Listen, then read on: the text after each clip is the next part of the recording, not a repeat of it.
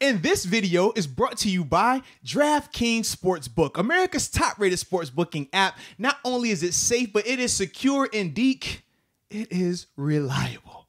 We need reliability in this world, baby. Man, definitely. Got to be reliable, man. And for all the first-time users out there, if you use the promo code MOATS, you will receive up to $1,000 in deposit bonus money. So, Deke, what are they waiting on? I'm really not sure. Like, Deke, it's Super Wildcard Weekend. What are they waiting on? I don't know. First time we got the extra game. Come on, man. Take advantage of it. Use the promo code, download the app, and get this opportunity to make a little money. We're talking about our offense right there a little bit. Trying to think. We don't know anything about Matt Feiler right now, right? I believe... I'm still trying to see because we're still waiting to get the updated practice report from today. They're saying, well, if we're sticking with offense, then I mean, if he comes back though, what are we doing? What are we doing? Come on. Well, this is the thing. So I know what I would do, but it's gonna hurt feelings, and that's that. Whoa, wait. Is this deep here? Is this deeper than we think about your offensive line rotation? We're talking about offensive line. Are you gonna? I rank my top 5, and I know who are my top 5 best linemen, who are my top 2, top 3 best linemen, and who aren't. And I'm gonna make sure if it's me that I have my best 5 out there.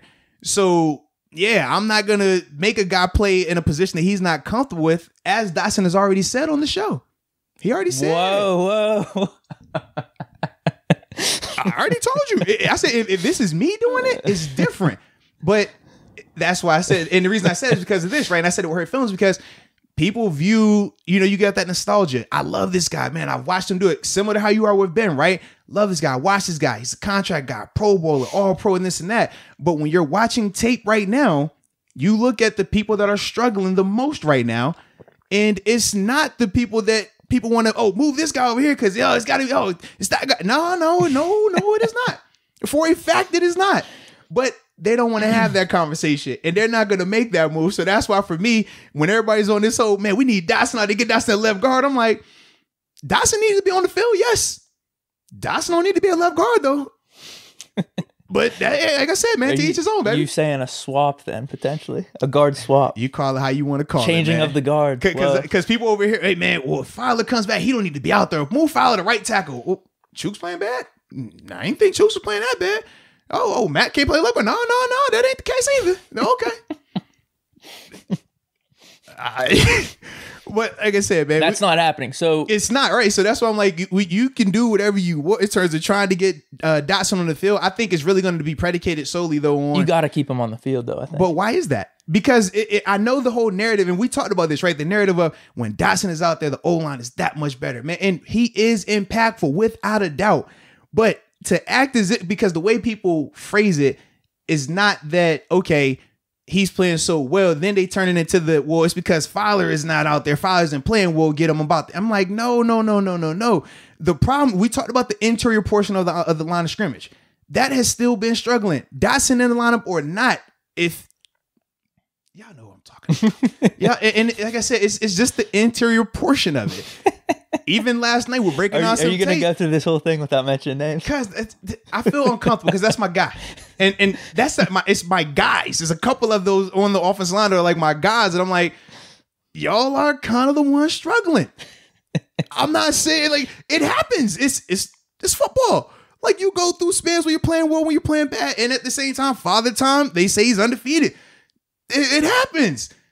It's just showing up a little bit more than usual right now. And that's why, to me, I don't think that's going to fix this thing. I feel like to really fix it, you got to do that type of move, but they're not doing that. They're not doing that. And it ruffles too many feathers. But that is more the case than just Dotson need to be a left guard. Don't put Feiler back out or put Feiler right tackle. I don't think that's the answer personally. And I do think Feiler is a better right tackle. I'm not even saying that. Would it help incrementally though? Which you need every little advantage. It would, but I still feel like that incremental increase is still very much lateral. It's like all right, we're going to move up a half a step. It's not, whereas if you do what I was talking about in terms of Dotson right guard, you got Feiler at left guard, Chukes at right tackle, I still feel like that is a bigger upgrade. That's going to be something that you can feel and see the difference of like. I'm trying to think, man. If you're looking at something that's already, I don't even know how to describe this thing, man. Well, dude, actually, you think back to early in the season, DeCastro was out. I mean, that's the lineup we were doing. But that was the whole reason why we kept saying Dotson. Where was he at? He was at right guard. Yeah. And then when he came back and he was at left guard, the running game still was struggling. We talked about that. We said, man, even with Dotson, it still wasn't right. But who was at the other side? It was like, but nobody wants to talk about that because of, like I said, the nostalgia, the accolades. And even me and you, when we said these two offensive linemen made Pro Bowls and are starters this year in the Pro Bowl. I'm waiting for the All-Pro. And we're like, how?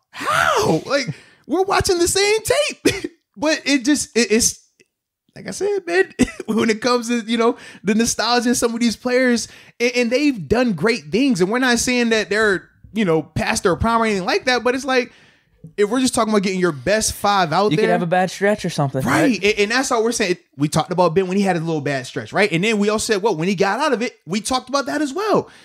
This is one of the ones right here. He's had between the injuries. I don't know if it's a health thing or whatever, but right now, he's not one of their top 5 guys to me right now, just because of some of those things.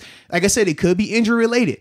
And I don't doubt that injuries have played a large part of that. But to me, I'd rather have 100% of a guy that is an 8 than 70% of a guy that is a 10. I just don't feel like a guy that isn't 100% healthy is going to help your team when you got guys that are 100% healthy. And maybe they're a little bit less athletic, right? Maybe they're a little less, powerful. But they are still really good players, and you can count on that. You don't have to worry about, man, is this guy gonna be able to anchor against a bull? Man, can this guy move his feet with the shuffle? Man, can this guy do this? You don't have to worry about that. So to me, that's why I said that would be my approach. But obviously, like I said, I'm not in that position, and I don't want to be in that position because Coach Tomlin got way more patience than me. I'm telling you, some of the moves Coach Tomlin makes, and then the questions they ask him, and how people talk about him on social media, I ain't got time for none of that. It would have been a way different press conference tone when I make these, and how could you do, boy? See, yeah, it would be a totally different level. So that's why I'm not. You've made your decision in life. You're talking on a mic with me. Absolutely. So I could tell you what I would do. It works. Sometimes it doesn't, but yeah, I have my beliefs. So what I would do, I'd move Feiler to right, keep Dotson in. We'll keep that. We'll keep that legacy intact on that left or that. Wait, did I say it wrong? Did I say Dotson left on that right guard? We'll keep the legacy in here. Flip the switch for the playoffs. I think we got the incremental change on the offensive line here, and things could be going good moving forward. I hope you're right, man. Like you said, if it's just incremental, I'll take that. I will take that. I hope you're right. I just like how incremental is very general of a statement. It's kind of like gray area. Gray area could be this or it could be this. Just say gray area. It makes it all sound good.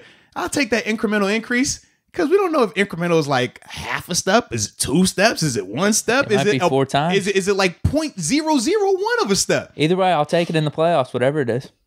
To each his own. Yeah. That's all. To each his own. But I think everyone gets what you're saying because it's just like this would be just flat out better. It would. I think everyone gets that. It would. But like I said, we're not doing that right now. So right. Yeah. Okay. So but shout out to Dotson though, man. Shout out to Dotson.